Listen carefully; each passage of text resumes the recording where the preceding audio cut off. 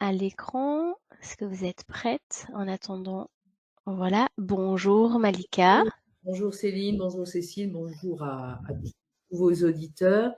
Alors moi je suis Malika, je suis juriste bénévole depuis 22 ans maintenant et depuis 15 mois je travaille presque exclusivement pour le syndicat Santé Liberté.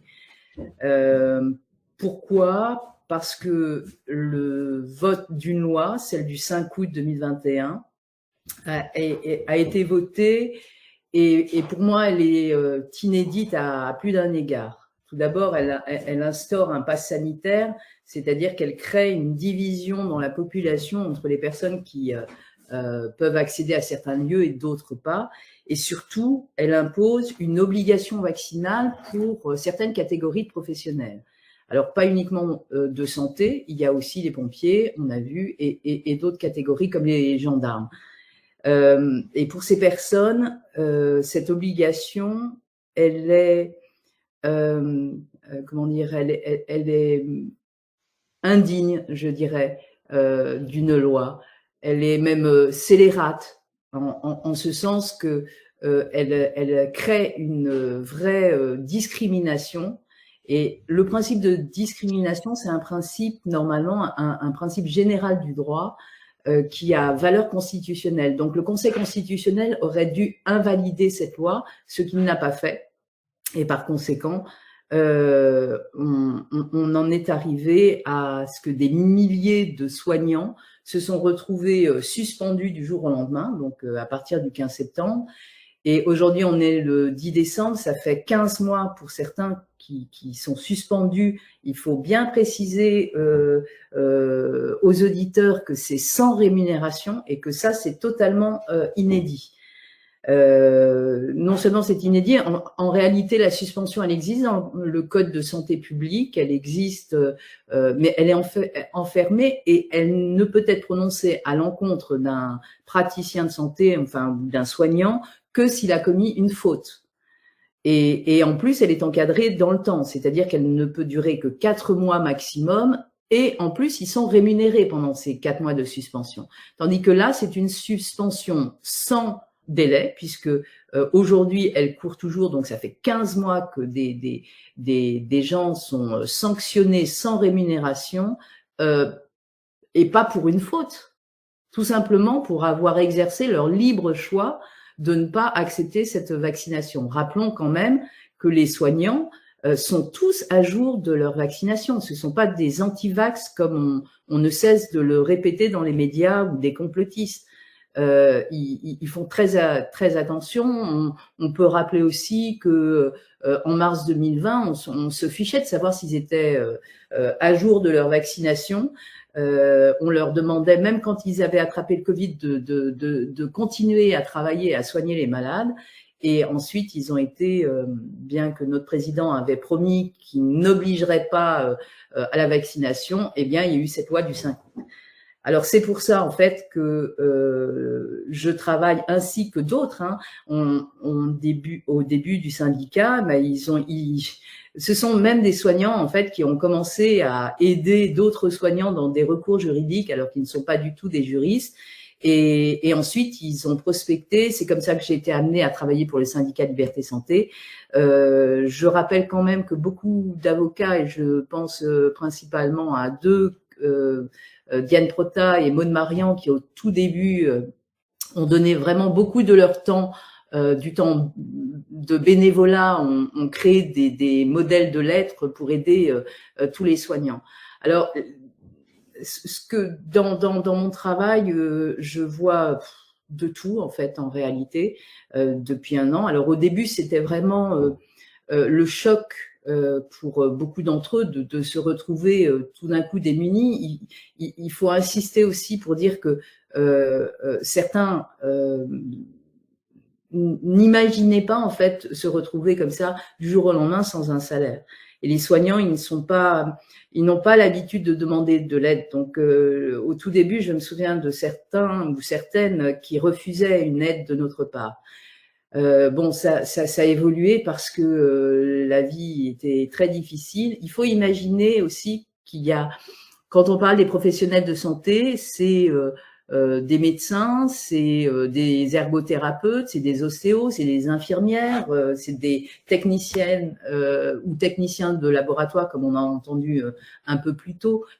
Et donc, vraiment, c'est des naturopathes, des ostéopathes, des orthophonistes, etc. Enfin, c'est toute forme. Et pour les professions libérales, c'est très difficile parce que pour certains, qui soient chirurgiens dentistes, radiologues ou autres médecins ou cardiologues, ils investissent dans leur cabinet, ils ont des très gros emprunts parce que les machines, pour un radiologue, IRM, scanner, etc., échographe ou autre, ou pour un cardiologue de même, et pour le chirurgien dentiste aussi, ils sont obligés de faire des emprunts. Et du jour au lendemain, eux, ils sont interdits d'exercer.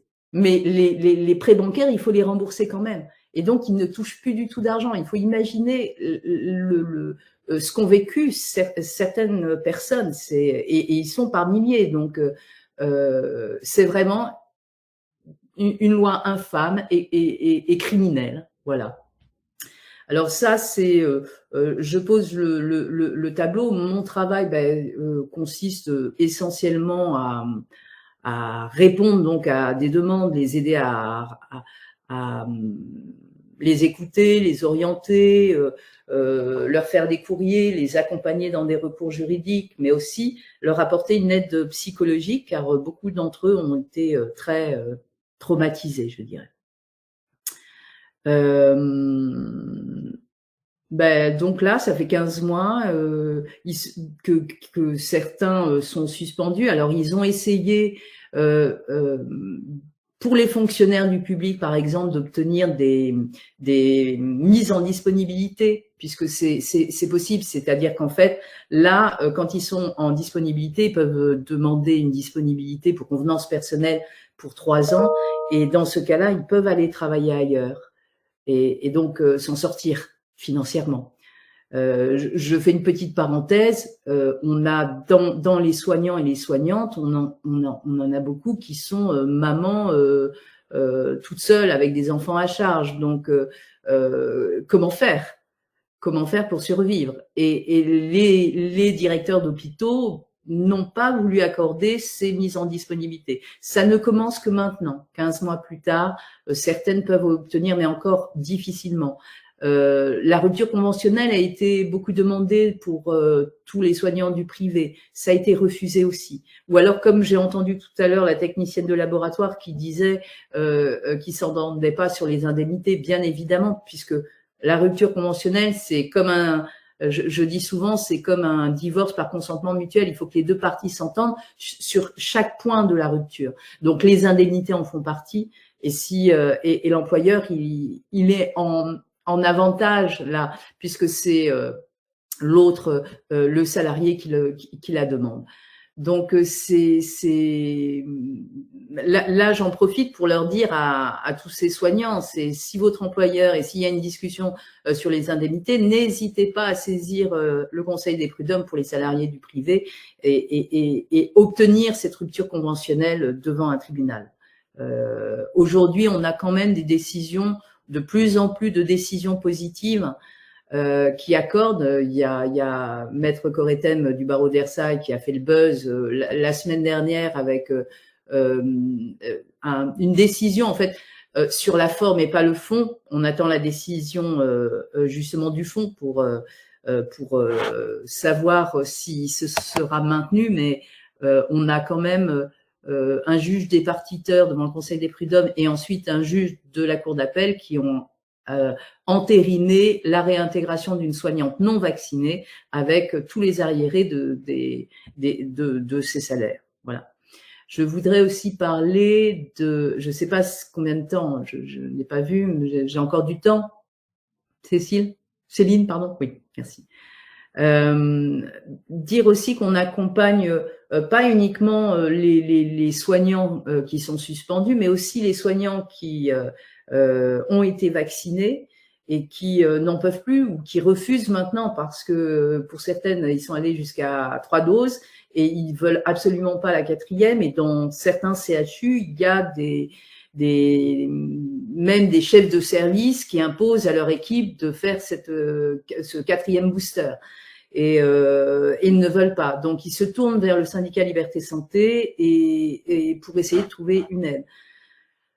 Donc, on aide ces personnes-là, mais on aide aussi des soignants qui sont allés à la vaccination de bonne foi, comme celle dont je viens de parler, mais qui ont fait des effets secondaires graves. Et là, il faut vraiment montrer l'injustice, parce que quand je pense à 2 personnes que je suis depuis presque 1 an maintenant, qui sont des cas emblématiques dans le sens où